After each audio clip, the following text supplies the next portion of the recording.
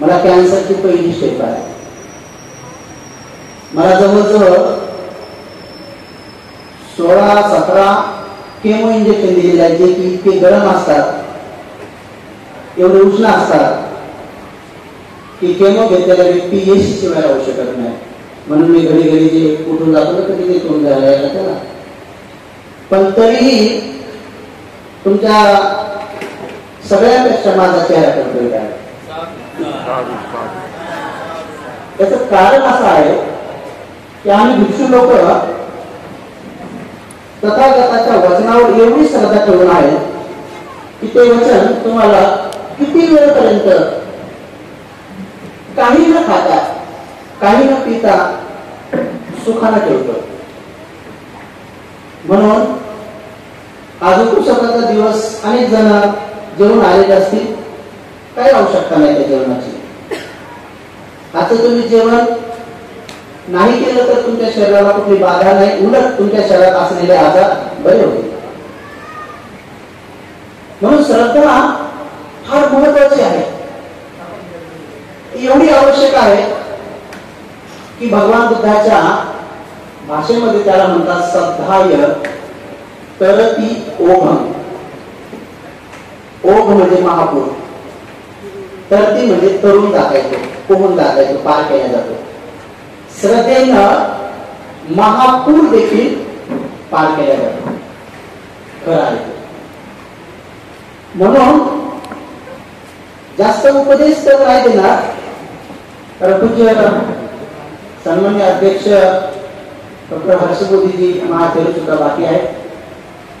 तसं ते तासन-तास पर्यंत बोलू शकतात. आमचे जवळजवळ महाराष्ट्रात असे 5-25 भरतीचे आहेत की जे 2-2, 4-4, 5-5 तास बोलू शकतात, नीट बोलू शकतात. त्यांना मी म्हटलं अध्यक्ष होऊन पश्चाताप झाला का? तर म्हणे हो. पण आता काय माहिती तिकडे अध्यक्ष झाल्यानंतर काही जास्त वेळ राहत नाही कधी.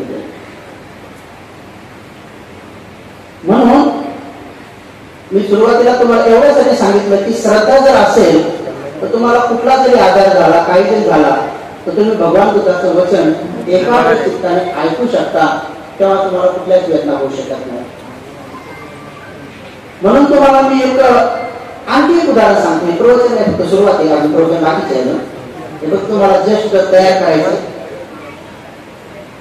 ते आपण बराच वेळ बसलो तर कधी त्याला स्वतः बाप बसलो, आपण खूप वेळ बसलो. आपण तर काहीच नाही. दारू पिणारे लोक सकाळी जे बसतात ते संध्याकाळी बसणार का? तुम्ही तर मुठेच बसले, ते मुठेच बसत नाही. ते बोलत बोलत राहतात. कवरही बसतात ते, दरवेळी बसतात ते. म्हणून त्या बसण्यात ह्या बसण्यात खूप मोठा फरक आहे. श्रद्धेचं तुम्हाला एक उदाहरण सांगतो की श्रद्धा असली तर काय होतं. एक माऊली सध्या पुण्याच्या भागामध्ये जिवंत आहे. 110 किंवा 120 वर्षाची असेल. तिचं नाव काशीबाई आहे. या निसर्गातल्या सगळ्या गोष्टीला श्रद्धा थांबू शकते, थांबते. श्रद्धेत तसं बल आहे. फक्त तुमची श्रद्धा इंद्र किल्लासारखी असली पाहिजे. म्हणजे असे हलणारी, डगमगणारी, विचलित होणारी नसली पाहिजे. ती काशीबाई नुकतंच लग्न झालेली, परंतु अनेक पुण्यामुळे बोधिसत्वाच्या संपर्कात आली, बाबाच्या संपर्कात आली.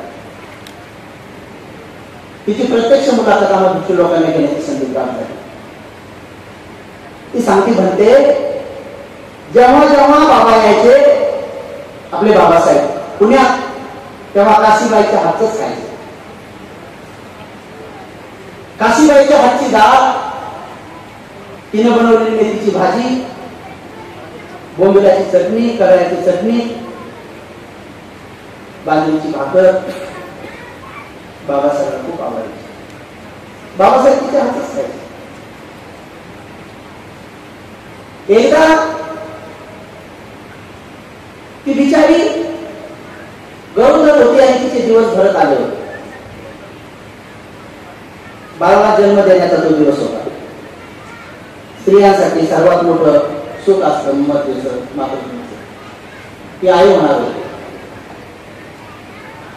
तिला बाबासाहेबांमुळे सगळे लोक ओळखत होते. कोणत्याही दवाखान्यात जाऊ कुठे जाऊ तिला लोक ओळखत होते.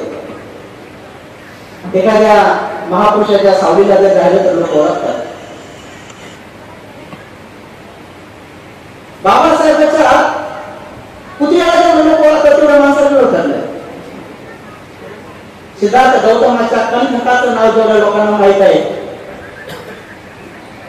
तेवढे आपले नाव कोणाला माहित नाही. तरी आपण म्हणतो तरी नाव घ्या, नाव घ्या. फार मोठी प्राणी असून त्याचं नाव सगळ्या जगात माहित आहे. कारण तो महाकारुणिकाच्या सावलीला राहिला. तुम्ही महाकारुणिकाच्या सावलीला राहा, आपोआप तुमचं नाव लोकांना माहित होईल. ती बिचारी जिकडं तिकडं कवितेत होती, सगळ्यांना माहित होती. आणि तो तिचा त्या दिवसचा बाळाला जन्म देण्याचा दिवस ती बिचारी दवाखान्यात गेली. डॉक्टरांनी चेकअप केलं आणि तिला सांगितलं, काशी तू आज दिवसभरामध्ये केव्हा पण बाळातून होऊ शकतेस, कधी पण होऊ शकतेस. जा आणि तिच्या बेडवर झोपून जा. ती बिचारी काशीबाई त्या वार्ड मध्ये जिथं बिचारी आपल्या मावल्या बाळांना जन्म देतात त्या डिलिव्हरीच्या वार्ड मध्ये ती झोपली. पलंगावर जाऊन डॉक्टरने सांगितलं, काशी झोप म्हणे. दिवसभरात तुझी डिलिव्हरी कधी होऊ शकते, तू बाळा कधी होऊ शकते म्हणे. बिचारी झोपली. येणाऱ्या नर्स, येणारे ते कर्मचारी तिला सगळे ओळखत होते. त्याच्यामुळे तिची काळजी घेत होती सगळे. अशामध्येच एक कर्मचारी आला आणि तिला म्हणे, काशीबाई तुला माहित नाही तुम्ही काय आपले बाबा आज पुण्यात आले. ती म्हणाली, नाही आपले बाबा पुण्यात आले. हो आपले बाबा आजच पुण्यात आले. असं म्हणतात क्षणी ती काशीबाई तुरंत उठली, डॉक्टरच्या कॅबिन मध्ये गेली आणि म्हणते, अहो साहेब, अहो साहेब, माझे देव आलेले आहे आणि माझ्या देवाला फक्त माझ्या हातचं जेवण आवडतं, ते फक्त माझ्या हातचं खातात. डॉक्टर साहेब, मला फक्त अर्ध्या घंट्याची सुट्टी द्या, मी अशी जाते, स्वयंपाक करते, माझ्या देवाला जेवण घालते, पुन्हा वापस येते.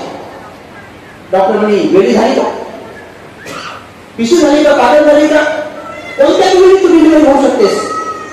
जाता जाता रस्त्यात डिलिव्हरी होशील. रस्त्यात डिलिव्हरी होत असताना तुझ्या आणि तुझ्या बाळाचं जीवन धोक्यात येईल, मृत्यूला प्राप्त होशील, ते बाळही मरण. काशीबाईला कॅबिन मधून हाकलून गेलं वार्ड मध्ये, लहान वार्ड मध्ये.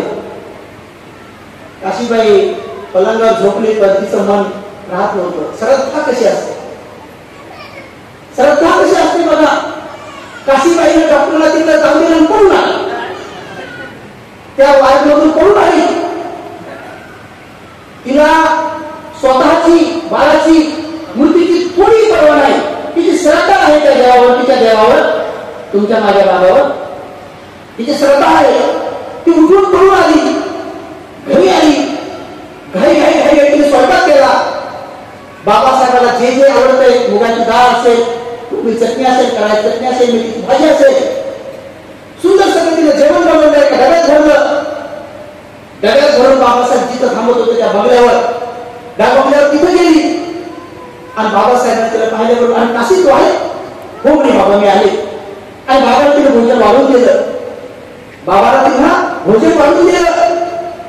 बाबासाहेबांचं जेवण होईपर्यंत बसली आणि जसं बाबासाहेबांना हात धुतला तुम्ही बाबा मी आता आज काही जास्त बसू शकत नाही, मी चालले म्हणे दवाखान्यात चालले.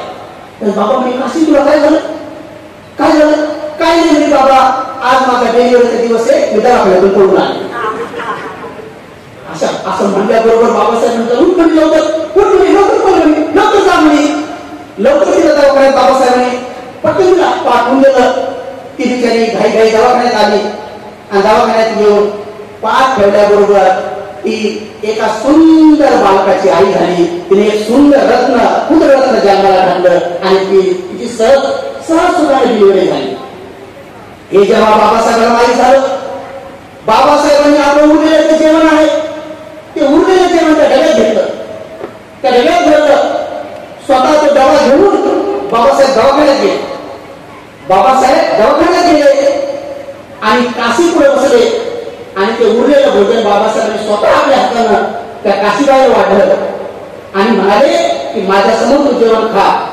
आणि त्या काशीबाईला बाबासाहेबांनी स्वतः आपल्या समोर जेवण घातलं. तिचं ते बाळ मांडीवर घेतलं आणि त्याचं नाव बृहस्पती ठेवलं, जे की भारतात कोणाचंच नाही, त्याच्याच आहे.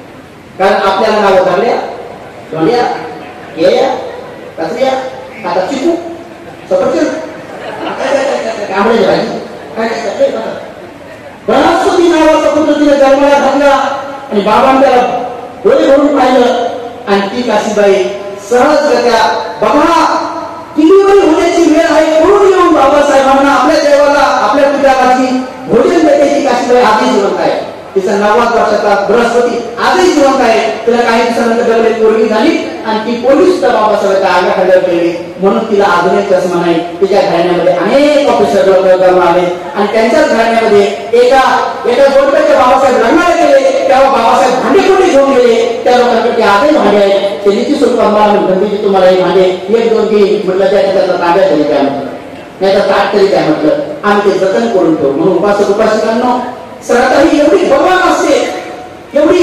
बरोबर असते की ती या सगळ्या निसर्गातल्या साऱ्या गोष्टीला बाजूला सारते आणि तुम्हाला सुख उत्पन्न होऊन देते. फक्त तुम्ही कोणाच्या सावलीला, तुम्ही कोणाच्या सावलीला उभे आहात, तुम्ही कोणाच्या आधाराला आहात, तुमचा आधार खूप श्रेष्ठ आहे.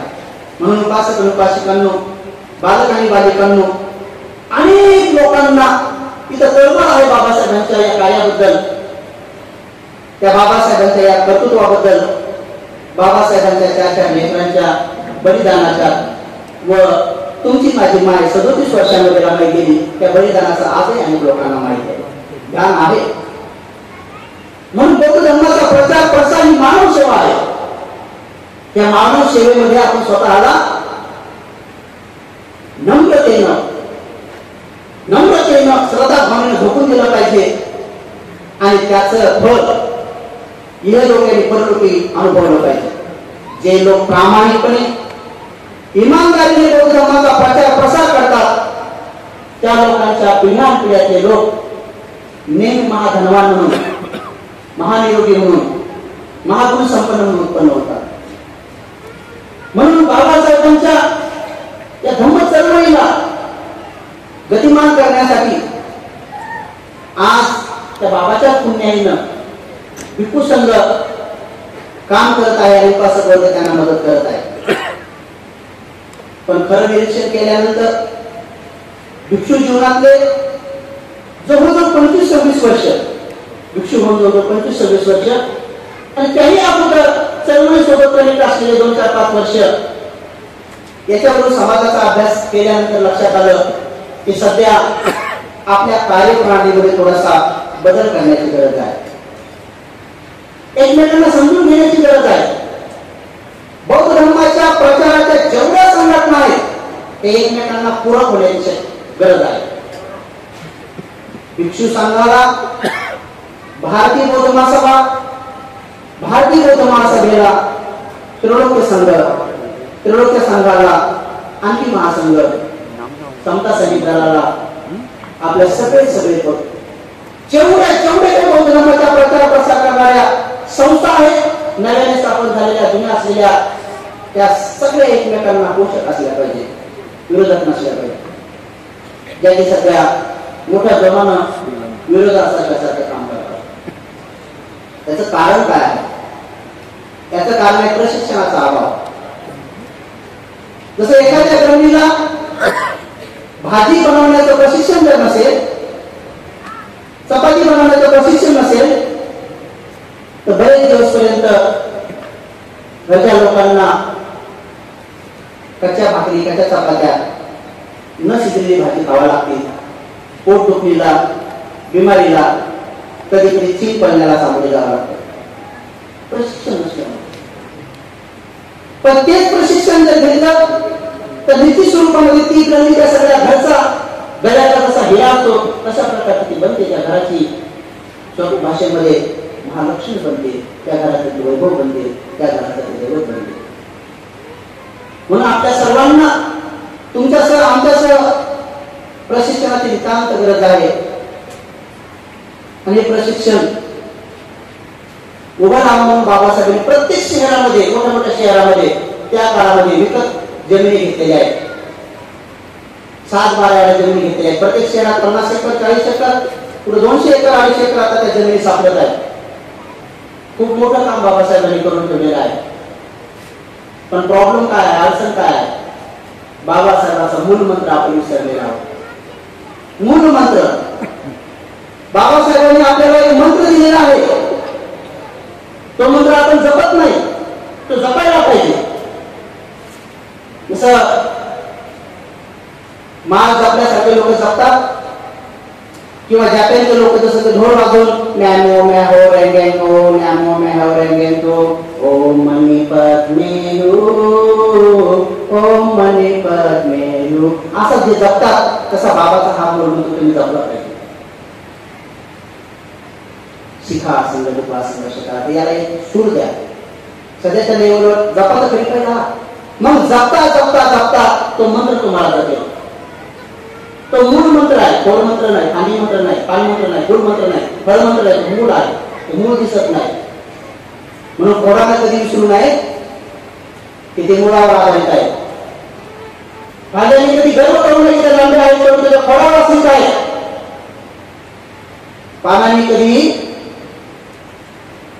कधी आपल्याबद्दल अहंकारी बनू नये, कारण त्या फांद्यावर आहे. फुलांना, फळांना कधी गर्व नाही आला पाहिजे, कारण त्या पानामुळे आहे.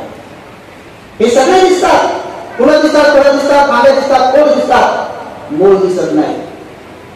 बाबासाहेबांची एक गोष्ट आपण ऐकली, फक्त शिका. पुढची गोष्ट आपण केली नाही, संघटित बना. जर आपण संघटित बनलो असतो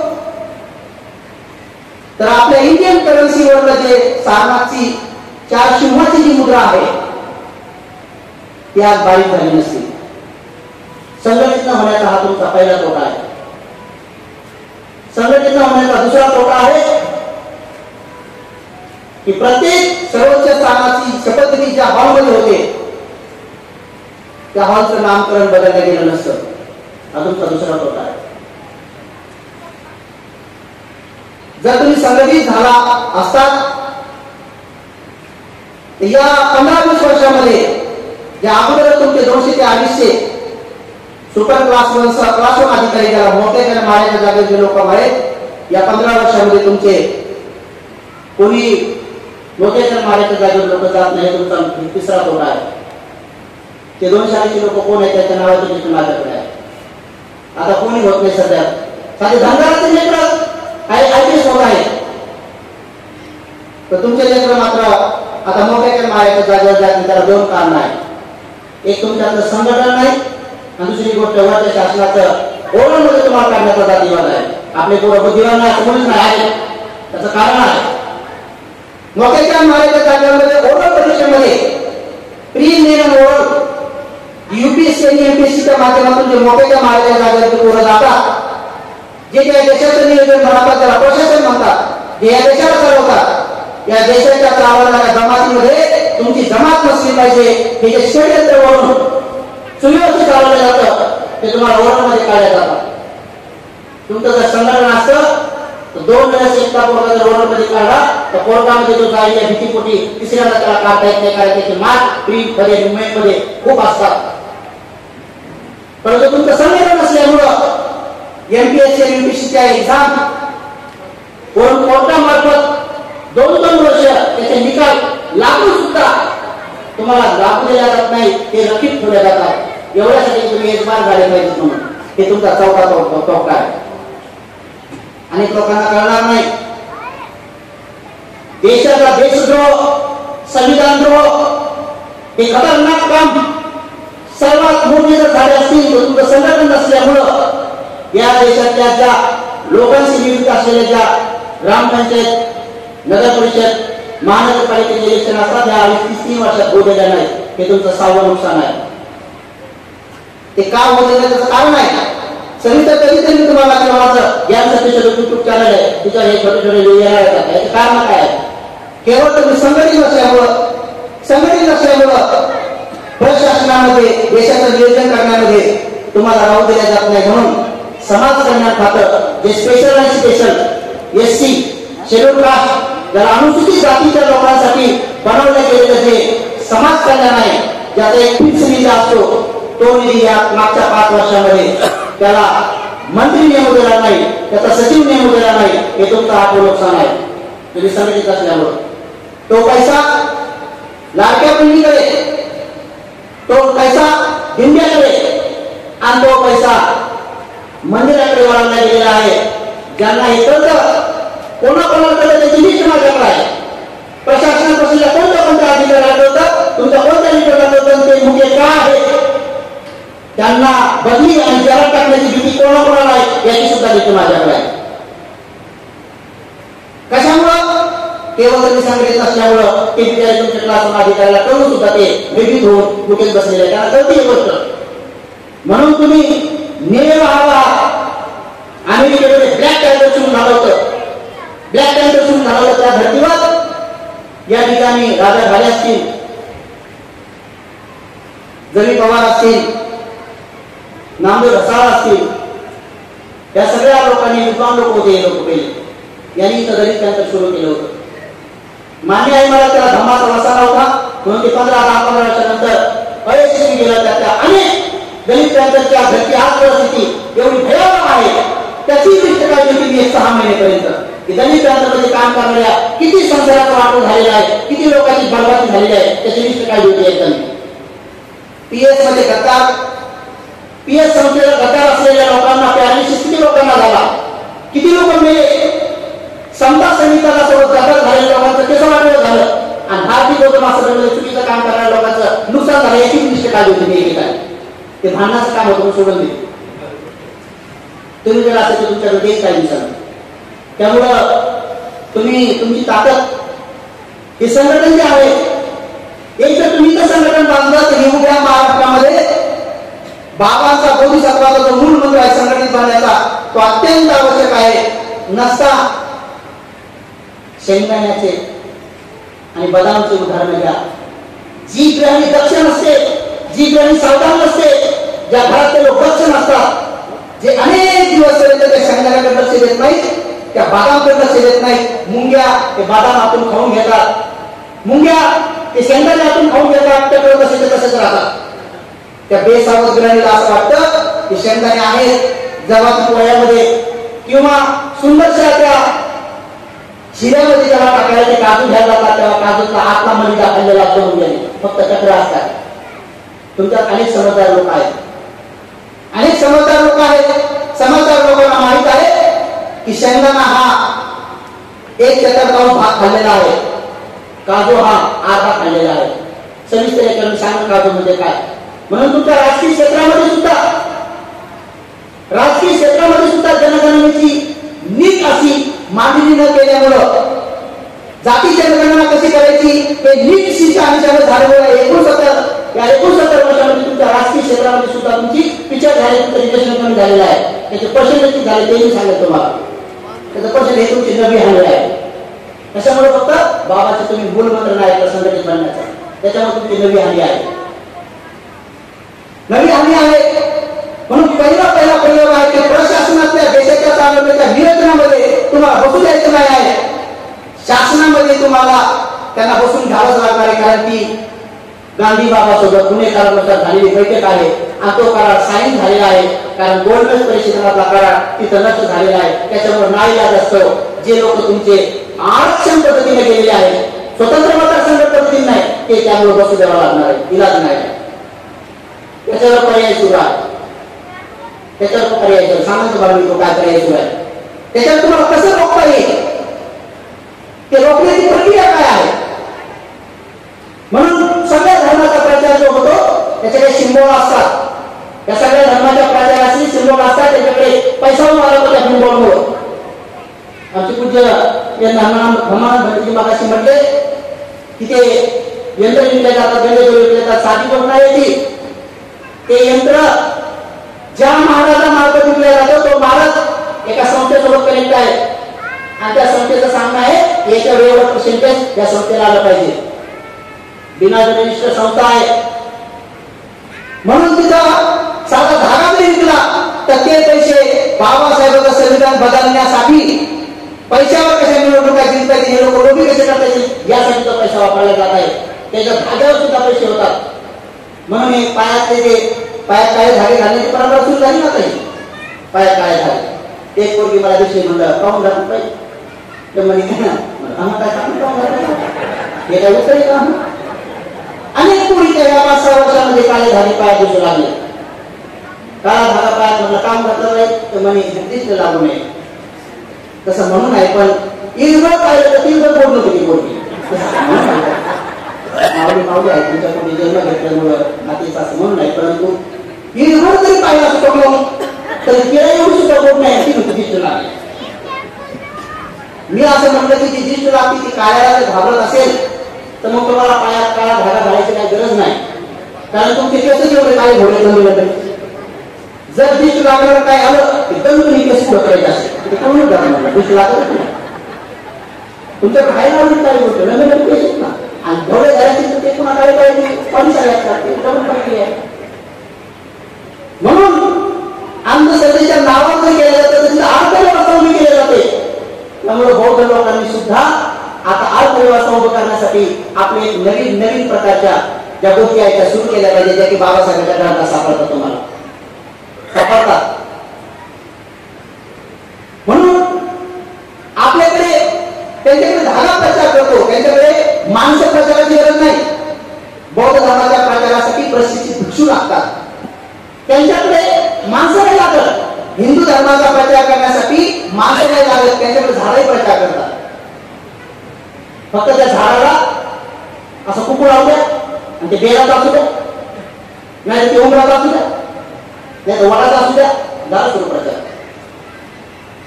त्यांच्याकडे झाडं सुद्धा प्रचार करतात. तुळस जर तुम्ही अशा रस्त्यात ठेवली तर काय बाजार याच्या वडाला जाते कोणाची. जेवढे लोक आयटम बॉम्ब घेतात तेवढे तुळशी घेतात, तिच्यावर वडाला जागा परत घेतात लोक. रस्त्यात तुम्ही असं आणलं ठेवा, असं आणलं ठेवा त्याला 2-3 कुकुडा चांगले परिवार म्हणणारे. आपण बॉक्सर घाबरत नसतील म्हणजे बॉक्सर घाबरतात आणला चांगले परिवार आणलं पाहिलं तर चिंग पडून जातो घाबरतात बापरे आणलं ते आणलं त्याला कुकुडा ठेवा आणलं प्रचार करते, त्यांचा अन्न प्रचार करते. झाडाला जर चोरीचा खण आणि वरतीचं सामान जर लटकून ठेवलं तर लोक तिथं जाता येता पाया पडतात. 1-2 महिन्यात एक महाराज बसतो आणि 1-2 वर्षांमध्ये तिथे एक मंदिर उभं राहतं. फक्त तिथं वटीचं सामान प्रचार झालं. एका दगडाला सेंद्रिय लावला 2-4 महिने तिथून लोक व्यवसाय करतात. एखादा बाबाकडे बसला त्या दगडावर लगेच तुरंत 1 वर्षात मंदिर बनते. त्याचे दगड प्रचार काय एवढंच काय साधं कुत्र्यावर तर हळद टाकली, साधं कुत्र्यावर तर हळद टाकली खुनोबा म्हणून त्याचं दर्शन घेतात. तुम्ही टाका कुत्र्यावर मी पाहू बरं बिंबाबा असं म्हणून कोणी आपण जे तुम्हाला जे पाहू कुत्र्यावर टाकली हळद जरी टाकली हळद तर खंडोबा म्हणून त्याच्या मागे लागतात.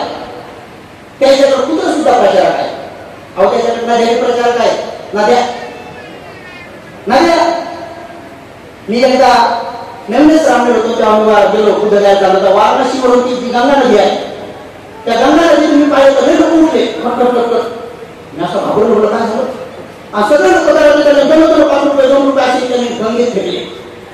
मी घाबरून म्हटलं काय झालं काही नाही आणि माझ्या समोर त्यांनी पैसे फेकले मी ज्या डब्यात बसलो होतो कमीत कमी त्या डब्यातून 10-15-20 लोकांनी फेकले. विचार करा, पाठीमध्ये 15-20-30 डबे, प्रत्येक डब्यातून अशा 300-400 गाड्या तिथून जातात. आपल्या इथून 300-500 गाड्या तिथून किती जात असतील? एवढ्या सगळ्या गाड्यांमधून एका दिवसाला भारत देश किती हजारो रुपयाला गरीब केला जातो, कारण ते नाणं केंद्राला छापलं जातं. आता मला सांगा, गंगेमध्ये ते म्हणतात गंगा मायला पैसे भेटले. आता मला सांगा, गंगा मायचं खाली बँक आहे का? गंगा माय काय कोणत्या पैसे काय करते त्या गंगेला?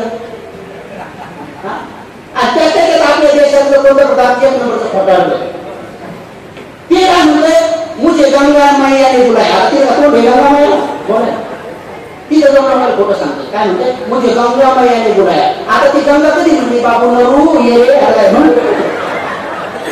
आता नरू म्हणजे कंडाळ्या म्हणजे बाबू नड्या येले मिले घाण झाले तर कधी बोलली.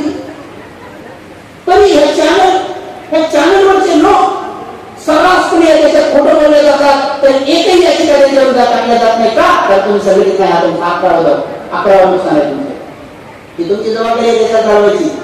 तुम्ही जमात आहात, या देशाची जिम्मेदारी तुमच्यावर दिलेली आहे. या देशाची जिम्मेदारी तुमच्यावर दिलेली आहे. कारण या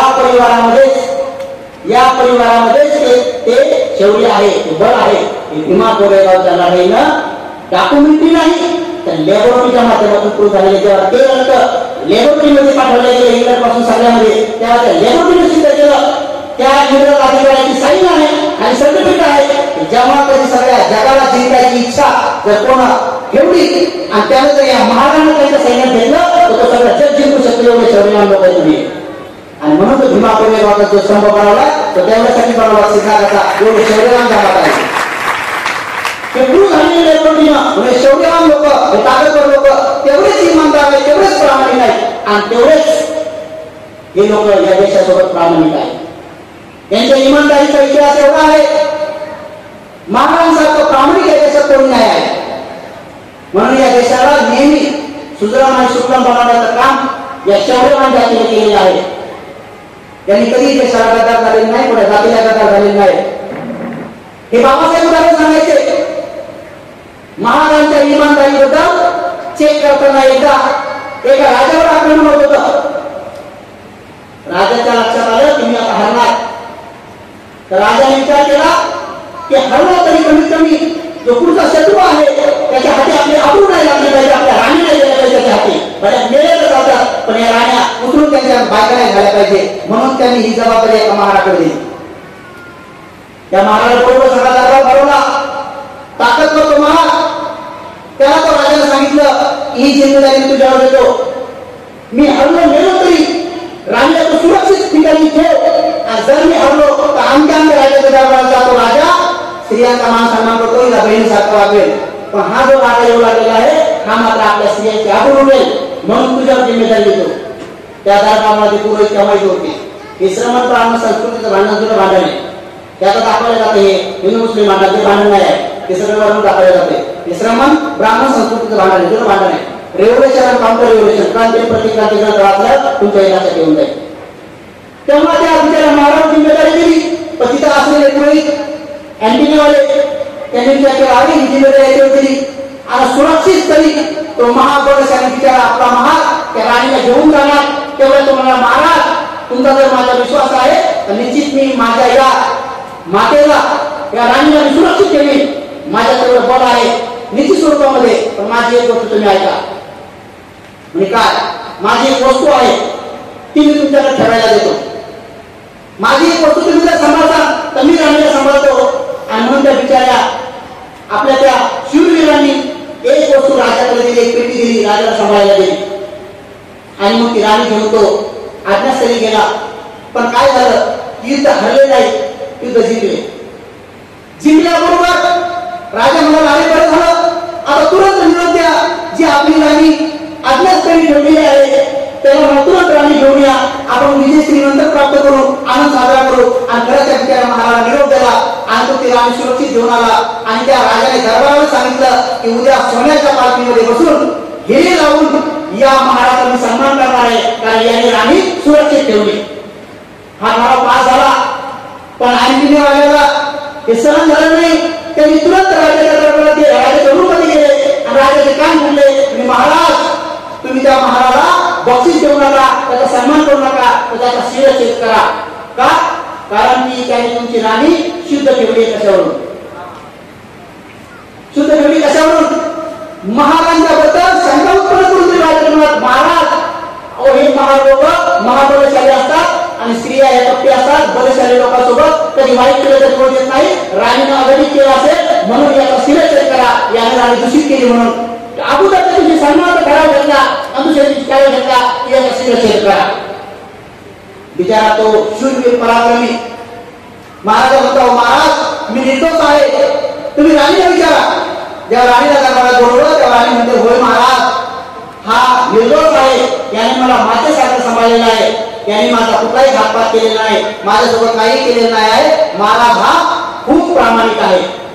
तेव्हा ते बाकी आणखी म्हणतात अहो महाराज स्त्रिया या कपटी असतात, यांच्या खऱ्याबरोबर लक्ष घेऊ नका, आम्ही सांगतो तेच खरं आहे, याला दंड द्या. ते शेवटी राजा सुद्धा असा कच्च्या कानाचा त्याने त्याला दंड पुकारला. तेव्हा तो शूरवीर पराक्रमी महाराज म्हणतो महाराज मी निर्दोष आहे, याचा पुरावा तुम्हीच आहात, तुम्हीच आहात म्हणजे पुरावा.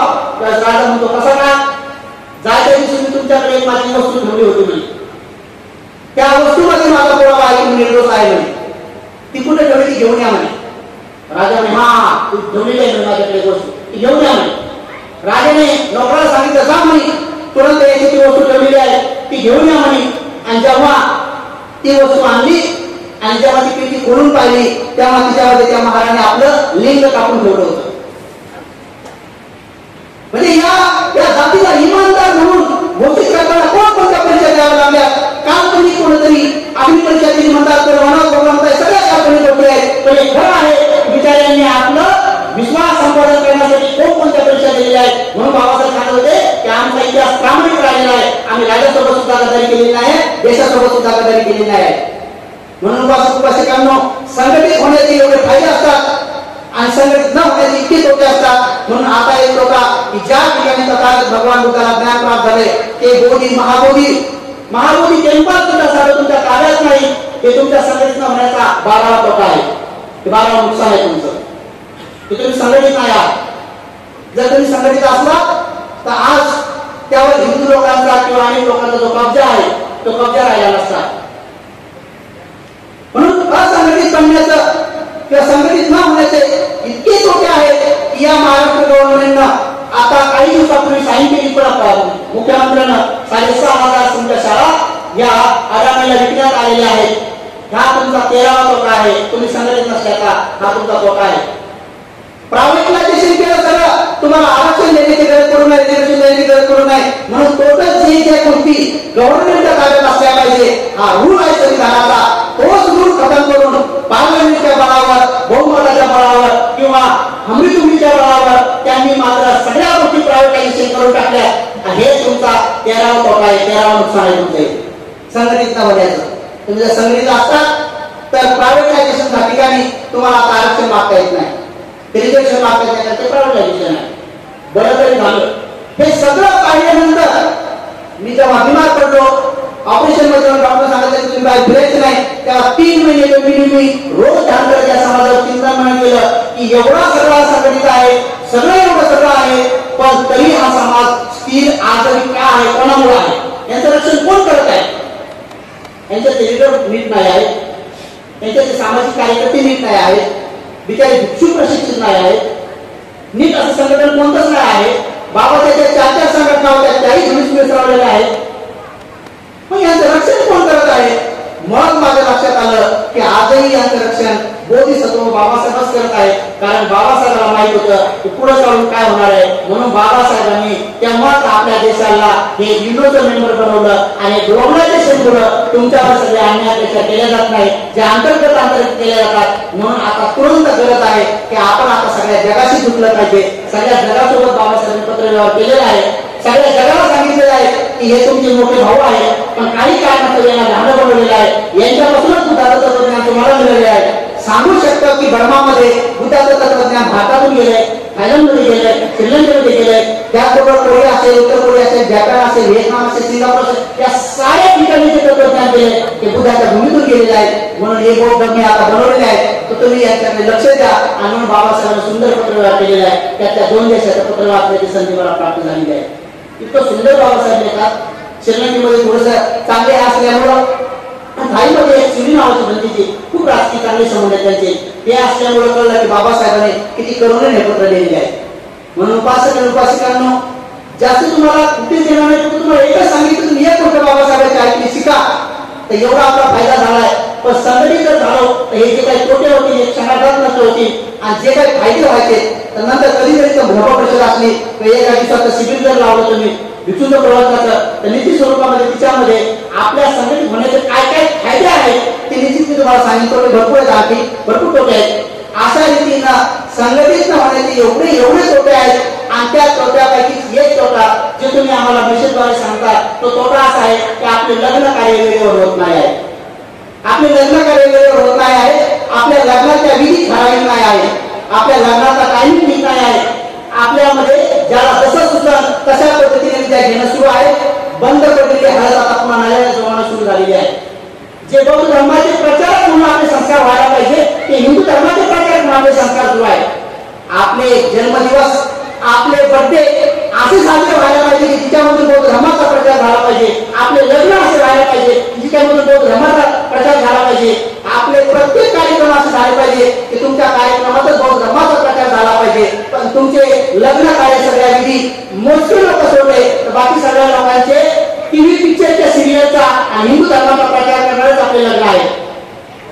एवढ्या कमी वेळेमध्ये आपल्या पोरी शिकून घेतात की कोणत्या हिरोईननं कोणत्या पिक्चर मध्ये तिच्या लग्नात नाचा घातला होता ते तुरंत त्यांना लक्षात येते. पण विशाखाचं लग्न लावताना तिच्या डोक्यावर पांढरं छत होतं, 9 कोटीचा दागिना होता, तिने पांढरे शुभ्र कपडे घातले होते. हे मात्र जीव तोडून 2 कोटीच्या पिढ्या मेल्या तरी आपल्या पोरीला लक्षात येऊ नाही लागले की सगळे ड्रेस घातला पाहिजे. पण मात्र कुठेतरी एखादी नटी किंवा कुठेतरी एखादा नट किंवा कुठेतरी सिरियल सहजच्या लग्नामध्ये एखादा लाचा घातला, ते जवळजवळ अर्ध्यापेक्षा जास्त अनुभव असलं तरी मात्र सगळ्या लोकांना बेशर्मी सारखं ते ड्रेस घालून सुद्धा लोक आम्हाला लग्न लावा म्हणतात. किती कठीण गोष्ट आहे. म्हणून ज्या ड्रेसमुळे तुमच्या धर्माचा प्रचार होणार नाही, हळदीमध्ये आता पिवळे ड्रेस घालण्याची परंपरा पुढे येत आहे. हे घातक आहे, हे घातक आहे. मी तर म्हणतो की कदाचित पुढे जाऊन ही शास्त्रज्ञ आहे की तुम्ही अनुकरण किती करता हे आयुष्यात नवीन शंभर टाकून पाहतं की तुम्ही काय काय अनुकरण करता. काही दिवसानंतर तुमच्याकडून अशा विचारून घेतील ज्याची आपल्या शरीरावर लाज वाटेल. आजच्या घडीला हळदी या शील सदाचाराचं आचरण करत नाही. हळदीमध्ये डीजे लावले जातात. मी आमच्या औरंगाबादला पाहिलं, माझ्या विहाराच्या बाजूला रात्रीच्या 2:30 वाजता एक गाणं वाजत होतं हळदीच्या दिवशी. मी उठलो आणि हळूहळू त्याच्या घरी गेलो आणि तिथं जाऊन खुर्चीवर बसलो. तिथं सगळे म्हातारे झोपून गेले होते. फक्त तिथं पोरी तरुण पोरी तेवढेच नाचत होते. माझा असा दावा आहे की हळदीच्या गाण्यामध्ये म्हाताऱ्या लोकांनी झोपू नये. त्याला तुम्ही परित्राण पाठाचा दिनी म्हणून जाहीर करा. त्याला तुम्ही लहान लेकरांना आनंद उत्सव साजरा करण्यासाठी जर तुम्हाला उत्सवात प्रिय आहे तर तुम्ही त्याला करू शकता. परंतु म्हातारे लोक झोपून जातात आणि नको ते कानात बाया बिया सगळेच पोरं तिथं नाचायला येतात. एका तरी हळदीमध्ये कोणत्या पद्धतीत पोरापुरीचं जुगार जुटते हे फक्त मला माहिती आहे. हळदी जुटते, 100% जुटते. हळदीचे जुटले हे प्रकरण मला माहिती आहे. कशामुळं? कारण तिथे विचारायचे समजदार लोकांचं झोपून जातात. मग हळदी जर बंद करायच्या तर तुमच्यासाठी समजदार लोकांनी त्यांनी म्हणायचं बघू हळदीमध्ये काय आहे, काय करायचं, तिथं जाऊन बसायचं आणि म्हणायची एक पडदा नाही, पोरं इकडे नसतील, पोरं तिकडे नसतील, पोरं येणंच बंद होईल. बरोबर हे दांडियामध्ये जर समजा टिपऱ्या खेळताना जर कोणी नसल्या तर कोणाला देवीवर भक्ती नाही. हे पोरं टिपऱ्या खेळायला देवीकडे पाहून जात नाही, कोणीकडे पाहून जातात. ही क्लिअर आहे कोणाला देवीवर श्रद्धा नाही आहे, देव कोणाला श्रद्धा नाही आहे. म्हणून ज्या ठिकाणी तुमची शील संपदा सुरक्षित राहत नाही ते तशा प्रकारचे नवीन उत्सव जर समाजात येत असतील तर कोणी याचा तो धोका आहे. कारण की हा शीलावर आलेला धम्म आहे आणि हा धम्म नष्ट करण्याचं पहिलं पाऊल आहे की आपली समाज दूषित करा. मग कसा करा? उत्सवाच्या नावाखाली करा, उत्सवाच्या नावाखाली करा. कारण यांचा तरुण वर्ग यांचं दूषित ऐकणार नाही, म्हाताऱ्या लोकांचं ऐकणार नाही. आणि तरुण वर्ग जर दूषित झाला तर म्हातारे म्हणून जातील आणि हे तरुण भविष्यात म्हातारे होतील. यांचा समाज दूषित होईल. दूषित समाजाला कधी पराजित केला जात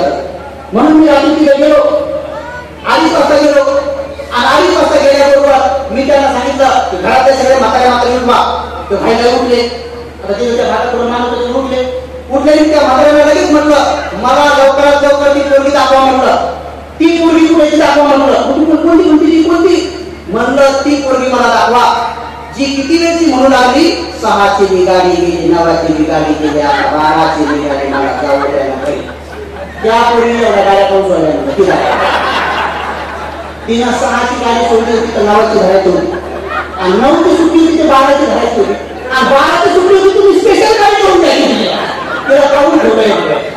तीच पोरगी एवढ्या ती शिकलेली नाही का, तिला पाट्या वाचल्या नाही का म्हणलं, इतक्या गाड्या कशा सोडल्या. तीच पोरगी पाहायची मला म्हणलं जिनं सगळ्या गाड्या सोडल्या.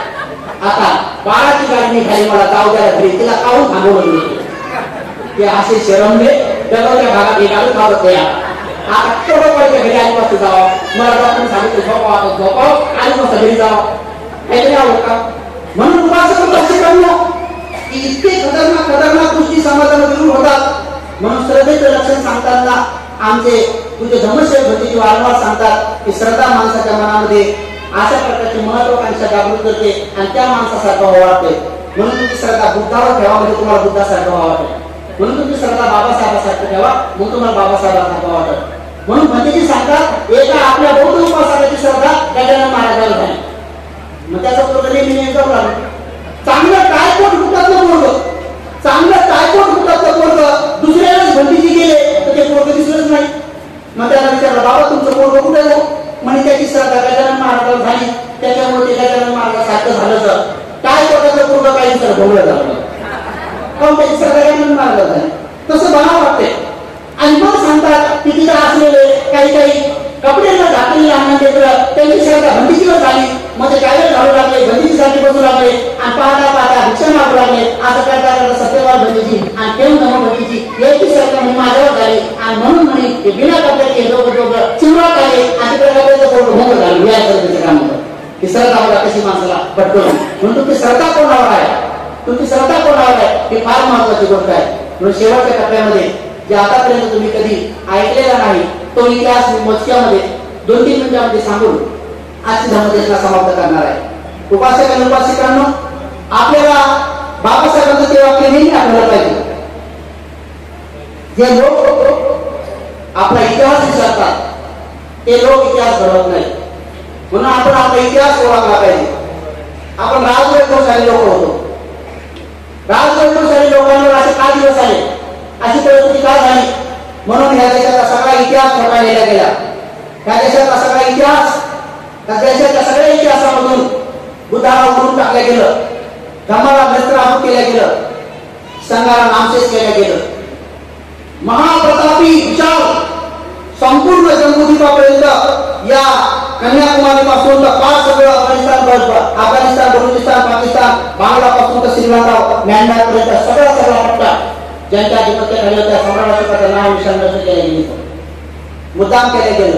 म्हणून आपले अनेक साहित्यिक अनेक लोक म्हणतात की आपल्या बौद्धांचा शेवटचा राजा बराच काय म्हणतात, ज्याला पुष्पशृंग मित्र आणि कप्तान मारलं म्हणतात. हा इतिहास इथपर्यंत आणलं. पण आता एक नवीन ग्रंथ हातात आला जो महाराष्ट्रात सध्या कोणाकडे नाही. मिलिंद प्रश्न नावाचा एक ग्रंथ तसा आहे ज्यामध्ये मिलिंद नावाच्या राजाने प्रश्न विचारलेले आहेत. नागसेन नावाच्या महाप्रतापी पूजा अहंतांनी दिलेले उत्तर आहे. तो जगप्रसिद्ध मिलिंद नावाचा प्रश्न ग्रंथ आहे. तसाच एक दुसरा ग्रंथ आहे ज्याच्यामध्ये आपला खरा इतिहास आहे. तो ग्रंथ केवळ पूज्य शिवानंदजी महास्तवी जे आंबोड्याला आले त्यांच्याकडे तो ग्रंथ सापडलेला आहे. त्या ग्रंथामध्ये खरा इतिहास पुढे आलेला आहे. त्या ग्रंथाचं नाव आहे सुसीम प्रश्न. सुसीम प्रश्न जसं मिलिंद प्रश्न आहे, मिलिंद प्रश्नामध्ये राजा मिलिंदाने प्रश्न विचारले आणि पूज्य अनंत नागसेनाने उत्तर दिले. तसं सुसीम प्रश्न नावाचा ग्रंथ आहे. सुसीम नावाच्या राजकुमाराने प्रश्न विचारले आणि सुमित्र नावाच्या भीतीजीनं उत्तर दिले. तो आपला खरा बौद्धांचा इतिहास आहे. तो ग्रंथ आहे जो की भारतात कोणाकडे नाही. लवकरच मी त्याच्या प्रती फ्रीमध्ये लोकांना वाटण्यासाठी येणार आहे की जेणेकरून तुम्हाला तुमचा खरा वैभवशाली इतिहास माहिती पडेल. त्या सुसीम प्रश्नामध्ये डिटेल सापडलेला आहे. सुमित्र नावाचे महान पुण्यवान महाप्रतापी भटजी होते जे की पैठणच्या उंच टेकडीवर राहत होते. सुशील नावाच्या राजकुमाराला त्या भटजीनं प्रश्नाचे उत्तर दिले पैठणच्या उंच पहाडीवर 25 भिक्षूला घेऊन सुमित्रा नावाचे भंतीजी राहत होते आणि जे संपूर्ण जन्मोदी जे बौद्धमय बनवलं होतं त्या बौद्धमय राजाचा शेवटचा घराचा राजा जो होता तो राजा आपला बृहद्रथ नसून बृहद्रथांना पुष्पशृंगाने डॉक्टरने मारले आणि तिथं सगळ्यांनी इतिहास पडलेला ही जर मनर्थ झाला पुष्पशृंग मित्रांनी नंतर या देशाचं नुकसान केलं तर आपला शेवटचा राजा हा बृहद्रथ नसून आता सुमित्र नावाच्या ग्रंथामध्ये सापडलाय की आपला शेवटचा राजा तो नाही, आपला शेवटचा राजा आहे धर्मनाग राजा जो की केळझरची राजधानी होती. केळझरच्या राजाचं ते केळझरच्या राजाची राजधानी होती. केळझर आणि तो सगळा पट्टा आपली धर्मनगरी होती. त्या ग्रंथामध्ये असं वर्णन सापडलं की तो राजा आपला होता. मग मात्र डच आले, पोर्तुगीज आले, मोगल आले, सगळे इंग्रज आले, असं करत हे आक्रमण झाले, बौद्ध धर्माचे आक्रमण झाले. तर प्रत्येकाने आपल्या आपल्या काळामध्ये विहार नष्ट केले, मग मस्जिदी बनवल्या, पण मंदिर बनवले, पण गुरुद्वारा बनवले, जे बनवले ते बनवले. असं करत करत करत जेव्हा ते इकडच्या पट्ट्यामध्ये आले आणि नंतर जेव्हा मुसलमानांना आचरणे आक्रमण केलं तेव्हा औरंगाबाद पासून जवळ असलेल्या पैठणवरती 25 भंतीजी राहत होते. त्या भंतीजीचं एकच काम होतं की आपल्या बौद्ध लोकांमध्ये जाऊन सांगायचं की तुम्ही वाचा, हा शत्रू खतरनाक आहे, हा शत्रू कुणाला नष्ट करत आहे, मूर्त्या तोडत आहे का हिरे मूर्त्या होत्या. आणि म्हणून शेवटी त्या भंतीजीला ध्यानात कळलं की आता या घडीला काय वाचलं पाहिजे, कोण वाचलं पाहिजे. मग त्या भंतीजी त्या 25 भिक्षूला पुढे घेतलं आणि मग सांगू लागले की काहीही करा, काहीही करा, परंतु हा नागवंश वाचला पाहिजे. काहीही करा, हा नागवंश वाचला पाहिजे. नागवंश वाचण्यासाठी गावागावात जाऊन प्रचार करा की तुम्ही या शत्रूपासून कसं वाचणार. हे सांगता सांगता यांनी शत्रूने आक्रमण केलं आणि त्या पैठणच्या उंच पहाडावर ते 25 भिक्षू मारून टाकले. 25 भिक्षूची कत्तल केली. पण सुमित्र नावाचे भंतीजी जे होते ते एवढे दक्ष होते, ते शत्रूच्या तावडीतून वाचले आणि ते अमावस्याच्या रात्री रातोरात मात्र ते पैठणपासून पायी केळझरला गेले आणि केळझरच्या उंच पहाडीवर दिवस निघण्याची वाट पाहू लागले. ते दिवस निघल्याबरोबर मी या राजाला सांगेन, या माझ्या धर्मनाग राजाला सांगेन की आपली धर्मनगरी होती. पुढे त्या पुस्तकात भंतीजी म्हणतात की जेव्हा मी त्या उंच पहाडावर बसलो आणि जेव्हा त्या धर्मनगरीला पाहिलं तेव्हा ती धर्मनगरी अमावस्याच्या मध्यरात्री सुद्धा चमकत होती. कारण त्या धर्मनगरीच्या मुख्य द्वारावर एक हिऱ्याचं चक्र होतं. हिऱ्याचं चक्र होतं, 1000 आळे असलेलं हिऱ्याचं चक्र पाहून भंतीजी म्हणतात मी ढगसा रडलो त्याने लवकरच शत्रू या माझ्या नगरीवर सुद्धा आक्रमण करेल आणि आमचं सार वैभव ते लवकरच नष्ट होईल. म्हणून भंतीजी ढगसा रडू लागले आणि दिवस निघण्याची वाट पाहू की राजाला मी हुशार करेन, राजाला मी दक्ष करेन. सकाळी 4 वाजता राजा उठला होता. सगळेच राजे सकाळी उठतात. आताचे जे चांगलं काम करणारे लोक ते सकाळी उठतात. जे बेटाईम उठतात समजून घ्यायचे ते राजे होणार नाही, ते राजे नाही होणार, ते नेमर लोक आहे, बेटाईम कधी उठणार नाही. पूर्वीचे राजे हे पारसारी पराक्रमी लवकर उठत होते. सकाळी 4 वाजता सुमित्र भंतीजी राजाकडे गेले, धर्मनाग राजाने त्यांना वंदन केलं. आपला धर्मराज राजा म्हणाला म्हणते आपल्या आगमनाचं कारण काय. राजा गाफील आहेस, शत्रूंना काही काळानं तुला भेटलेला असताना तू या प्रजेचा पिता आहेस, तू असा बेसावध कसा आहेस. म्हणते मी बेसावध नाही आहे, मी सुद्धा शत्रूच्या सोबत लढाई करण्याची सगळी तयारी केलेली आहे. मला माहित आहे की दिल्ली पासून जिंकत पार हे सगळं जिंकत आलेलं आहे, ते माझ्यापर्यंत कधी येऊ शकतात म्हणते मला माहित आहे. त्यावेळी म्हणते म्हणतात हे राजा, हे धर्मनाग राजा तू माझा आई, तो लढाई करू नको.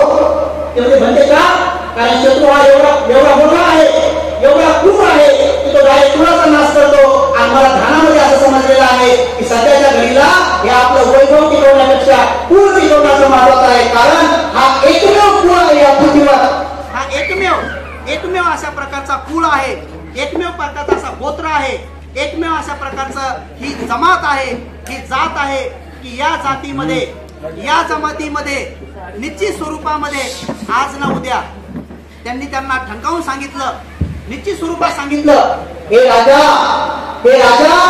ध्यानाला बसल्यानंतर मला हे स्पष्ट कळलं की पृथ्वीवर ही एकमेव अशी जमात आहे, नागवंशी लोक, ही एकच कुळ असा आहे. या कुळामध्ये एका कालखंडामध्ये एकच बोधिसत्व जन्माला येणार आहे. म्हणून हे वैभव सोडून दे, ते बोधिसत्व येण्यासाठी तू कुळ वाचव आणि तो बोधिसत्व येईल आणि तुमचा हरवलेला वैभव पुन्हा तुम्हाला मिळवून देईल. याच्यावर तुझा विश्वास आहे का. तेव्हा होय म्हणते माझा याचा विश्वास आहे. मग तुरंत हे राजा तू तयार हो, हे सगळं वैभव सोडून दे. पण म्हणते माझं वैभव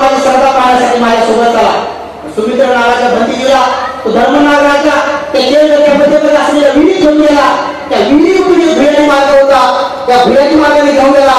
खाली गेल्यावर सुमित्र भंतीजी येतात की दुर्गच मला भगवान बुद्धाचं सोन्याचं 6 फुटाचं रूप दिसलं, जे की 7 रंगाच्या रश्मीनं, निळ्या रंगाच्या रश्मीनं आणि निळ्या रंगाच्या बाबासाहेबांनी घेतला तर त्या ग्रंथात सापडलं. म्हणून तिथे ब्लू टायगर म्हणतात ना, बाबासाहेबांना हा रंग घेतला तर तो आपला धर्म नागराच्या त्याची निशाणी होती. बुद्धाच्या बाजूला त्यांनी निळा रंग ठेवला होता. ते भंतीजी म्हणतात की तो निळा रंग पाहून मी कसा लागलो की लवकरच आमचं हिऱ्या माणिकोट्याचं बुद्ध रूप नष्ट होणार आहे, शत्रू लुटणार आहे. तेव्हा ते राजा म्हणतो, भंते आपण काय करत आहात? अरे शत्रू वाऱ्याच्या गतीने येत आहे, उद्या ही आपली धर्मनगरी नष्ट होईल, म्हणून तू कुल वापरण्यासाठी या सगळ्या सोन्या नाण्याच्या हिऱ्याचा त्याग करू शकतो का? अहो भंते, मी तुमचं ऐकीन, माझी राणी पण ऐकल, आणि मग त्या नगरामध्ये प्रत्येक माणसाच्या घराचं छत सोन्याचं होतं. त्या नदीमध्ये प्रत्येक माणसाच्या घराचं छत सोन्याचं होतं. सगळ्या घराचे खांब हे सोन्याचे होते आणि प्रत्येकाच्या घरामध्ये हिऱ्याचं चक्र होतं. अशी ती धर्मनगरी होती आपली. ती धर्मनगरी होती.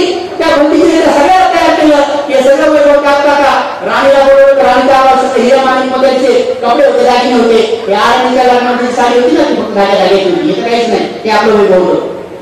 ते वैभव ती राणी, तिचं नाव होतं भद्रशिला. भद्रशिला राणीला तेव्हा त्या राजांनी बोलवलं. त्या भंतीजी म्हणले, भद्रशिले तू कुळाला वाचवण्यासाठी या वैभवाचा त्याग करशील का?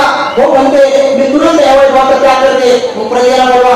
दुसऱ्या दिवशी सगळी प्रजा बोलवली गेली. भंती उंच पहाडावर उभे राहिले आणि सगळ्या प्रजेला समजून म्हटले की शत्रू येत आहे, हे वैभव तुम्ही सोडून द्या, कुळ वाचवा, कारण तुमच्या कुळात मोठी सफलता येणार आहे हे मला ध्यानात दिसलेलं आहे. म्हणून तुम्ही वैभव तुमचं पुन्हा तुम्हाला येईल.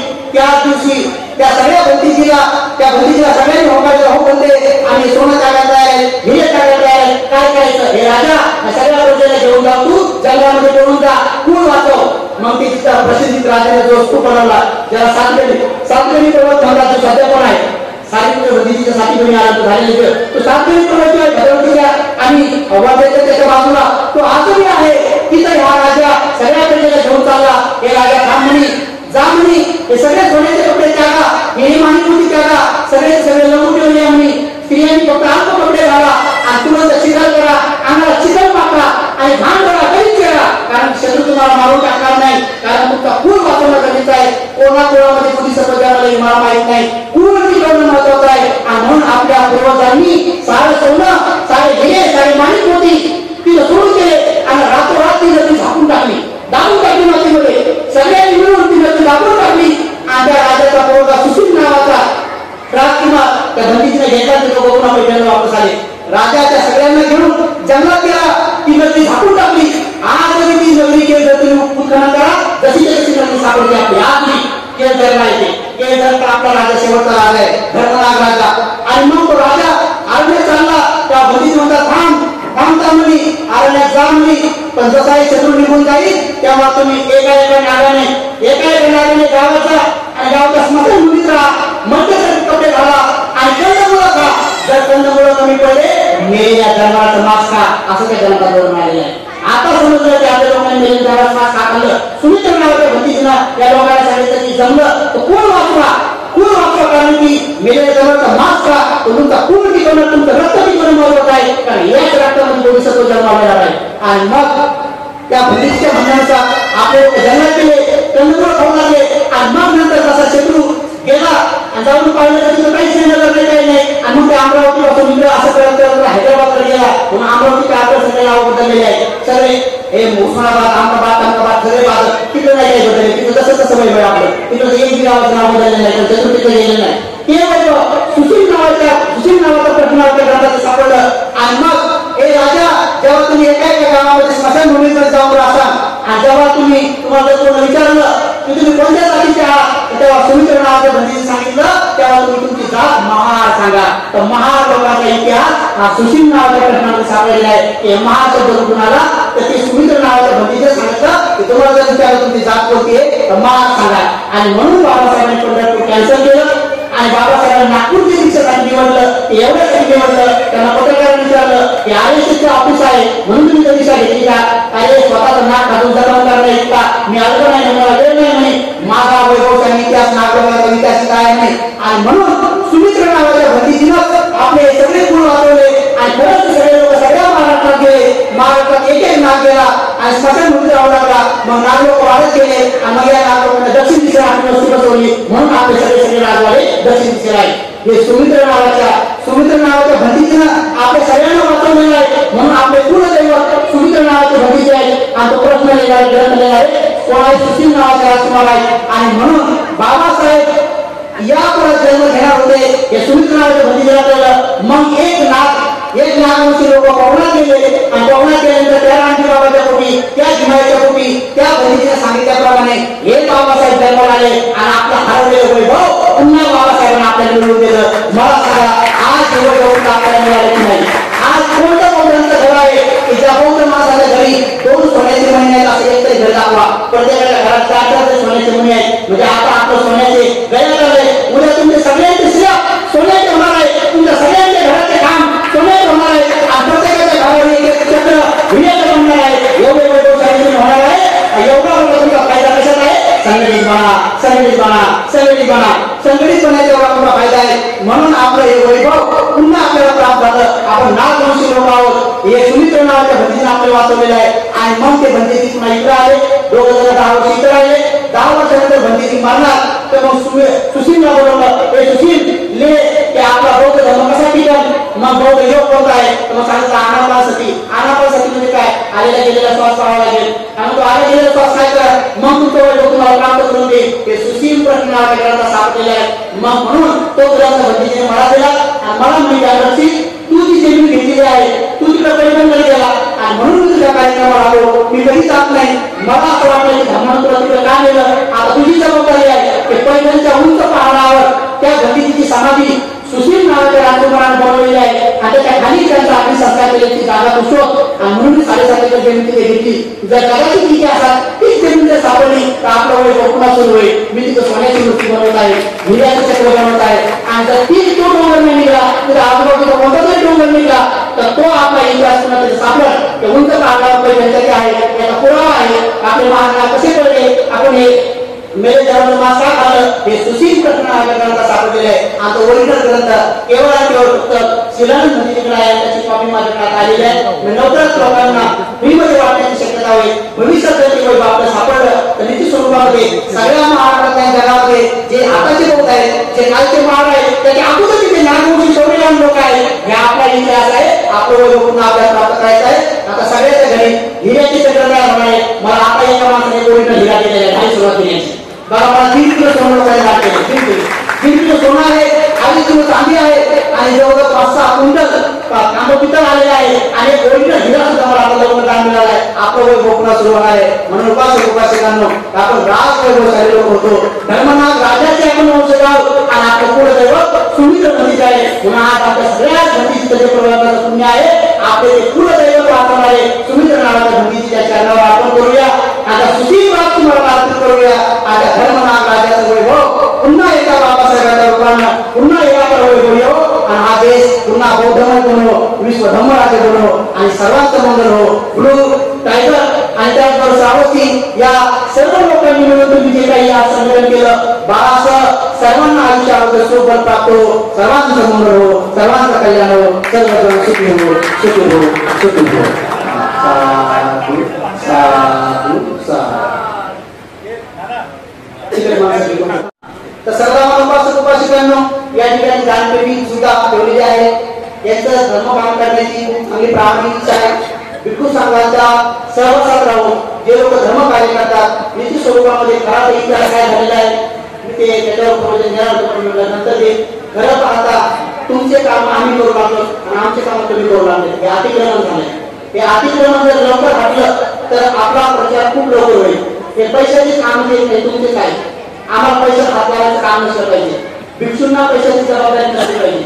हे जे पैशाचं काम आहे ना हे उपासकांनी करायला पाहिजे. हे विहार बनवणं, व्यापुट्या बनवणं, हे सगळं बनवणं आणि खूप पूर्वीपासून 1-1 किलोमीटर असं चालत जाऊन बंदीची हातात पाणी सोडून ते दान देणं ही आपली परंपरा आहे. ते तुम्ही लोक तयार झाले ना ते पैसे पाहिजे भिक्षूंना हाताळण्याची गरज नाही. म्हणून बौद्ध धर्माच्या प्रचाराचा पैसा पाणी उपासकांनी सांभाळला पाहिजे. पण सध्या तसे प्रामाणिक लोक नसल्यामुळे काम न धावायचे होते आम्हाला वागावं तयार नाही. म्हणून बौद्ध धर्माचे प्रचाराचे केंद्र उभे करण्यासाठी चिकट दोन टाका. म्हणून तुम्हाला एक चिकट माणसाची गोष्ट सांगतो की बाळाची खूप इच्छा आहे चिकट माणसाची गोष्ट सांगा. अजून बरेच लोक बौद्ध धर्माचे प्रचार कामी आहेत आम्ही असे अनेक म्हणतात परंतु भिक्षूच्या सहाय्याने जे लोक प्रचाराला लागतात ते खरे प्रचारक आहे. म्हणून तुम्ही भिक्षूच्या सहाय्यानं प्रचार करा. नीती स्वरूपामध्ये तुमच्या पिढ्याला उद्धार झाल्याशिवाय राहणार नाही. म्हणून तुम्हाला चिकट माणसाची गोष्ट सांगतो. त्या अगोदर तुम्हाला सांगतो की अनेक जण म्हणतात प्रचार आम्ही करतो, प्रचार आम्ही करतो, प्रचार आम्ही करतो आणि प्रचार धम्म करतो. धम्म ज्याच्यामध्ये असतो तो करतो. पण तरी तुम्हाला सांगतो एकदा काय झालं की एका विमानाचा ऍक्सिडेंट झाला. एका विमानाचा ऍक्सिडेंट झाला. विमान खाली पडलं आणि विमान डायरेक्ट चुरामुरा झालं. विमानाचे पार्ट तुटले सगळे आणि विमानामध्ये जे काही लोक होते ते बिचारे मेले आणि सगळे लोक पळत आले, पत्रावर आले. विमानामध्ये आग बी भडकली आणि ते विमान चुरामुरा झालं. मग सगळे जण पाहू लागले विमानाचा ऍक्सिडेंट कसा झाला. आता कोणाला विचारा, सगळे मेले. पण बाजूला पाहिलं एक वानर होतो, माकड होतो. त्या पत्रकारांनी पाहिलं की बाजूला माकड दिसतंय. त्या माकडाला माहित असं नव्हते की हा विमानाचा ऍक्सिडेंट कसा झाला. आणि त्या माकडाच्या हावभावावरून असं लक्षात आलं की बहुत हेवी विमानात होत वाटते. मग आता या माकडासंग कसं बोलावं म्हणून काय केलं त्यांनी माकडाची भाषा समजणारा एक जण आणला बोलून आणि त्याला म्हणजे या माकडाला विचारलं तू होता का विमानात. मग तो बिचारा माकडाची भाषा बोलणारा आला आणि त्या माकडाकडे त्यानं असं केलं आणि असं पाहिलं. तर माकडाने त्याच्याकडे असं पाहिलं तर म्हणे हो हो हे होतं विमानात होतं. म्हणजे मग विचार त्याला ते ऍक्सिडेंट कसा झाला. म्हणजे डायरेक्ट कसं विचारतो तर मग त्याला विचार की काय बाबा विमानात किती प्रवासी होते. मग त्याला विचारलं म्हणजे पेट लावलेले लोक किती होते. तर माकडानं असं पाहिलं आणि माकडानं काय केलं दोन्ही पाय दोन हाताचे वर केले म्हणजे 20 होते. 20 होते. 20 प्रवासी होते. 20 प्रवासी होते. बरोबर विमानाचा ऍक्सिडेंट कसा झाला माकडाला कसं विचारा. मग माकडाला विचारलं म्हणजे बेल्ट लावलेले लोक काय करत होते म्हणजे प्रवासी काय करत होते. माकडाला असं पाहिलं आणि म्हणजे जेवत होते. म्हणजे सगळे मेले प्रवासी जेवत होते. पण प्रवासी जेवत होते विमान कसं काय पडलं पाहिलं काय करत होतं ते विचारायला. मग त्या माकडाने विचारलं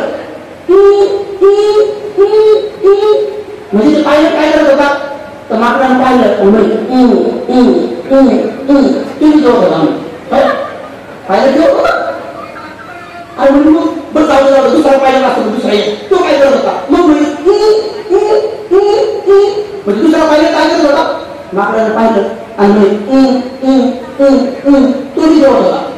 अरे प्रवासी जेवत होते दोन्ही पाहिलं जेवत होते. मग त्या माकडाने विचारलं की मग विमान कोण चालवत होतं म्हणे. विमान कोण चालवत होतं त्या माकडाने तू चालवत होतं विमान पाडण्याचं काय होईल. आता पाडण्याचं काय होईल समजलं तुम्हाला. त्यामुळं हे जे काही पाहिलं त्याला चाललेलं असतं विमान त्याला चालत आता तर असं झालं सगळी आपल्या परिस्थिती आपले त्यामुळे बहुत धमाचे पाहिलं ज्यांना नियम हे सगळं विमान पाडून सगळे प्रवासी झाले. तर त्याच्यामुळे असं खतरनाक काम होतं. म्हणून अनेक लोक चिकट असतात. असाच एक चिकट माणूस होता. त्याची एक गोष्ट सांगतो. चिकट माणूस त्याला बाजाराला काही लोक भरी चिकट असतात. 1 रुपया मध्ये वाटत नाही. आता चिकट माणूस बाजाराला गेला आणि बाजारामध्ये तो उशिरा गेला. चिकट माणसं उशिरा जातात. कारण माहिती का उशिरा गेल्यानंतर भाव करायची गरज नाही. 10 रुपयात सगळे वांगे 20 रुपयात सगळ्या सगळा भाजीपाला असं कुठंच आणायचा भाव करायची गरज नाही. चिकट माणूस बाजारात उशिरा गेला आणि त्या बाजारामध्ये एक भिकारी भेटला आणि त्या चिकट माणसालाच म्हणजे 1 रुपया गेला. आता हा चिकट माणूस 1 रुपया वाचण्यासाठी उशिरा गेला आणि भिकारी त्यालाच भेटला. त्या चिकट माणसाला वाटलं की आपण याला टाळा. कसं टाळा तर त्या भिकाऱ्याला म्हणे मी तुला 1 रुपया देतो म्हणे पण तू उद्या माझ्या घरी ये. त्या चिकट माणसाला वाटलं कशाला घरी येईल आपली बाळा कुठून जाईल. मग त्या चिकट माणसाला चिकट माणूस म्हणे भिकाऱ्याला की तू उद्या माझ्या घरी ये. आणि त्या चिकट माणूस त्याला घरी घोडत दुसऱ्या दिवशी काय झालं हा भिकारी त्याच्या घरीच गेला. चिकट माणूस बिल्डिंग खाली उतरत होता आणि भिकारी बिल्डिंग चढत होता. त्या चिकट माणसाला पाहिजे बापरे हा बाजारात तो घरी चालला म्हणून करत. तो चिकट माणूस पटकन घरात गेला आणि जाऊन झोपला आणि बायको त्याला सांग मी झोपलो. बायको आली त्या भिकाऱ्या म्हणे आहो ते झोपले म्हणे. भिकारी मी काय हरकत नाही तो उठतो मी पायरीवरच बसतो म्हणे. तो पायरीवर बसला अरे भाई गेला. त्याची बायको पुन्हा आली म्हणे उठा 1 रुपया फेका म्हणजे ते खाली बसले नाही. आणि जर ते दिवसभर बसलं तुम्हाला दिवसभर झोपावं लागेल आणि मग आता सुशी आली तरी गडबड होत जाईल. त्याच्यापेक्षा 1 रुपया घ्यायला. पण हा चिकट माणूस एवढा चिकट होता, यानं झोपल्या विचार केला आणि बायकोला मी एक काम कर, त्याला जाऊन सांग मी गेलो म्हणून सांग म्हणे. तर तो त्याची बायको पुन्हा आली आणि त्या चिकट माणसाला म्हणे त्या भिकाऱ्याकडे आली आणि भिकाऱ्याकडे हळूच म्हणे आवा म्हणे ते मेले म्हणे. भिकारी काय केलं, भिकारी तसा उठला आता सगळ्या गावात जाऊन फिरला आणि सगळ्या गावच्या लोकांना जाऊन सांगितलं की तुमच्या गावचा तो मेला हो म्हणून. आता सगळ्या गावच्या लोकांना माहित झालं आपल्या गावचा मेला म्हणून. तर सगळ्या लोकांना काम धंदे दिले सोडून आणि याच्या बिल्डिंगच्या गाडी घोळकाच आणि 4-5 लोक गेले ते 5 गुण काही सामान मिळालं ते म्हणायला सांग. त्याच्या बायकोला पाहिजे म्हणे बायको म्हणे आम्ही काय खरं नाही तिने म्हणे उठा म्हणे. पण यांना असे डोळे वाचून पडला खरंच नाही पाहायला चिकट माणूस बघा चिकट असे डोळे वाचून पडला जस काय लय लवकर गेला. मग 4-5 लोक म्हणजे माणूस मेला काय उचलून म्हणे. आता वर 4-5 लोक गेले आता उचलायचे तर तेवढ्या त्याची बायको म्हणते बाप आहे हो थोडा थांबा म्हणे ते काही मेले नाही. तर लोकांना वाटलं बाई रडी असेल रात्रभर आणि डोक्यावर परिणाम झाला असेल म्हणून बाई काही बदलू लागली. आता तर तिला म्हणे होते बाई कोणाला होते असेल जेव्हा बाई तिला बाजूला मोठं या उचलतो तुम्ही त्याची बाजू तुमच्या बोला ना आवडलं तर सांगा ना बोला ना. लोक म्हणे बाई माणूस मेल्यावर काही बोलत नसते म्हणे. जे काय बोलायचं होतं ते कालच बोलून घ्यायचं होतं. आता गेलं ते गेलं तेव्हा त्या बिल्डिंगवरून खाली आणलं तरी साऱ्याच्या पायऱ्यावर असाच आणि बांधून गेलं तोही असाच. नंतर उचलला असा स्मशान भूमीत गेला तरी साऱ्या रस्त्याने असाच पडला यायचं चिकट भरता चिकट. त्याची बायको पाठीमागून परत झडप गेली बापा हो थोडं थांबा म्हणे ते खरंच मेले नाही 1 रुपयाचा गोळे म्हणे 1 रुपयाचा गोळे. आता लोकांना वाटले भांडण झालं असं नाही रुपयामुळे होते बाई कोणाला होते असं तिला बाजूला दिलं आणि दिले हल्लो आज लावून तरी असाच. पण जेव्हा या चटका लागला इकडून तेव्हा सरकला इकडे त्या गावल्या पडल्या बदल जेव्हा इकडून चटका लागला तेव्हा इकडे सरकला तर गावल्या पडल्या इकडे बदल. पण जेव्हा मोठा जाळ झाला आणि चांगला चटका लागला तेव्हा तंत्र उडी मारली बाहेरच आला आणि बाहेर आल्याबरोबर भिकायला चटका निघून एवढा सगळा मान्यता ड्रामा केला तरी भिकारी काही पिक्चर सोडला नाही. तर यालाच म्हणतात की अशा रीतीने अनेक लोक नका धर्म धरो या वता बहुभाषकी धम्म काय नपसती. धम्म हा धारण करा, जीवनामध्ये दान पुण्य करा, कुशल कर्म करा, सत्कर्म करा, नवऱ्या बायको मारू नका, बायको काम करू नका.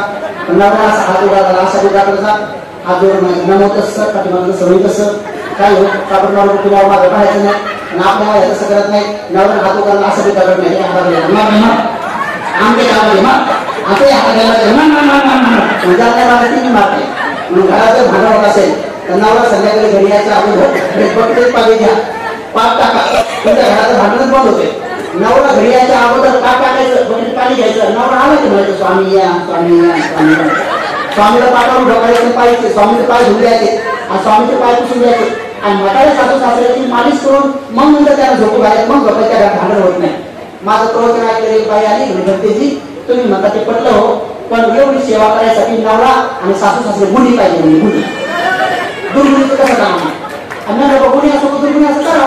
त्याच्यावरती दुसरी बाई आली म्हणजे गुणीचं सोडा पण पेणार असं त्याचं काय करावं सांगा बघा भतीजी. मी म्हटलं बा पेणार असो खाणार असो त्यावेळी मला स्वामी या आणतं मी स्वामी आले स्वामी पण येतो स्वामी वगैरे स्वामीला घरा स्वामी म्हणून करा म्हटलं काय त्या बिचारीने माझं ऐकलं आणि भंतेजी लग्न झाल्यापासून मी रोज शिव्या देते आणि रोज पिऊन येते माझ्याकडून जेवढ्या शिव्या आणल्या ते सगळे घेऊन झाले मी आता माझ्या पाठी नाही कोण्या गावात 2 शिव्या शिकून याला देते.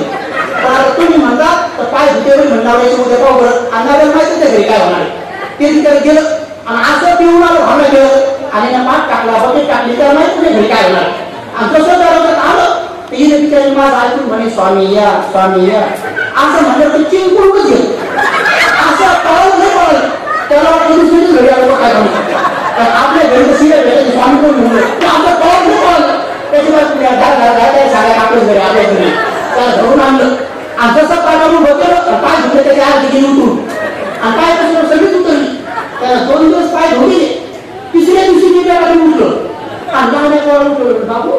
2 दिवसापासून माझे पाय धुवले पाहिजे सेवा करणं सुरू आहे तर डॉक्टरने मला जायचं म्हणून गेलं तर काही नाही असं गेलं तर गेलं नाही भक्तीची आवड होतं भक्तीची सांगतात म्हणून मग मी कसं केलं त्याला दारू सोडून दिली 6 महिन्यापूर्वी आई तुम्हाला कोणाला भक्तीची प्रयोग सक्सेस झाला म्हणजे भक्तीची आता माझा नवरा दारू देत नाही माझं चांगलं झालं म्हणे घर घरी सगळं चांगलं झालं 10,000 रुपये बँकेचे म्हणे टाकू का म्हणे नका टाकू आपण लोक बघा म्हणजे दुर्गुणी पतीचे दुर्गुण सद्गुणी पती दूर करते म्हणून नवऱ्याला भांडण करू नका पण एक बाई सांगून टाकते नाक होता तुम्ही म्हणले कोणाकडे डोक घेत नाही का तर अशीच एक बाई होती नवऱ्याला भांडू घेतलं नवरा अशी भांडली भांडू एक दिवस काय झालं नवरा गेला खरंच मरून आता खरंच नवरा गेला सोडत गावाला राहिला आम्हाला बंदीला बी बनवलं गावाला खोटं बंदीची बसवले आणि स्वतः त्या नवऱ्याच्या महिलेवर बसली आणि जिरे करून लागली मेल्यावर भांडूच लागली कोणी आलं तुम्ही बाई हा बुवा ऐकत नव्हता ना आणि ऐकत नव्हता मला आई तुम्ही भांडू लागल्या मग कोणी आलं कोणी हो तुमचा बाप गळ्यावर घेत नव्हता ना आणि ज्या गावाला जाऊ नको म्हणलं त्याच्या गावाला गेला ना बोलतो गेला ना आई तुम्ही भांडू लागल्या बघा भांडू घेतलं मग आले नंदा आल्याबरोबर म्हणून नंदा म्हणे आता आल्या का जेव्हा भावाला गरज होती का म्हणे आल्या आता काही कापूस येतात म्हणे आता पैसे त्याच्या आता येऊन काय भाऊ बोललं ना बहिणी आल्या नंतर भांडत राह त्यामुळे दादा उठणारे दोन शब्द बोलणारे आता खरंच उठून मला आता काय पुढे वेळा झाला का म्हणजे दादा उठणारे दोन शब्द बोलणारे तुला 3 महिन्यापासून एक जण टाकून गेली होती ना तुझी खायची आदर होती रे आणि देवाला तुला उचलायची तिला खाऊन नाही उचललं असं म्हणण्यापूर्वी भरती जागा घ्या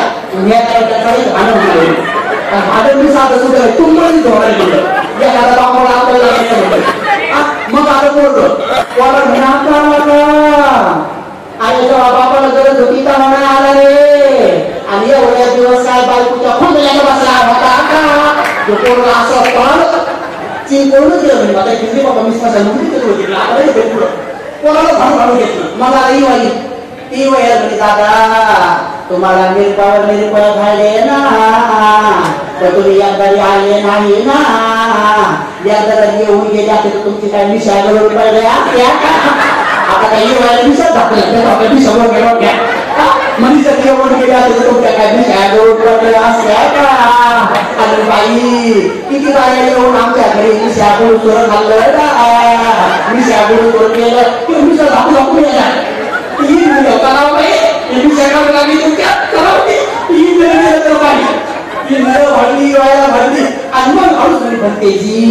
तुम्हाला एक सांगू का मला त्या गोष्टीशिवाय काम आता सगळे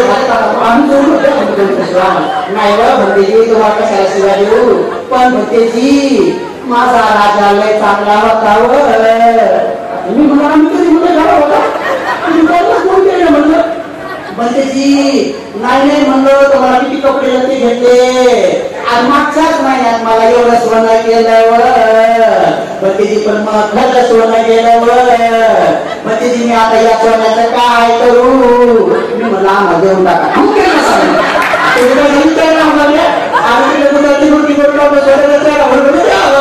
असं भांडून घेतलं असं भांडण नाही पाहिजे पुन्हा करून आपलं मंगल करावं सर्वांचं कल्याण हो सर्वांचं सुखी हो हे मंदिरला सुशील राजकुमाराला आणि आपल्या कुलदेवतांना तिथूया धर्मनागाची धर्मनगरी पुन्हा उभी हो भारत हो विश्व धर्मराज हो बाबाचा संकल्प पूर्ण हो सुखी हो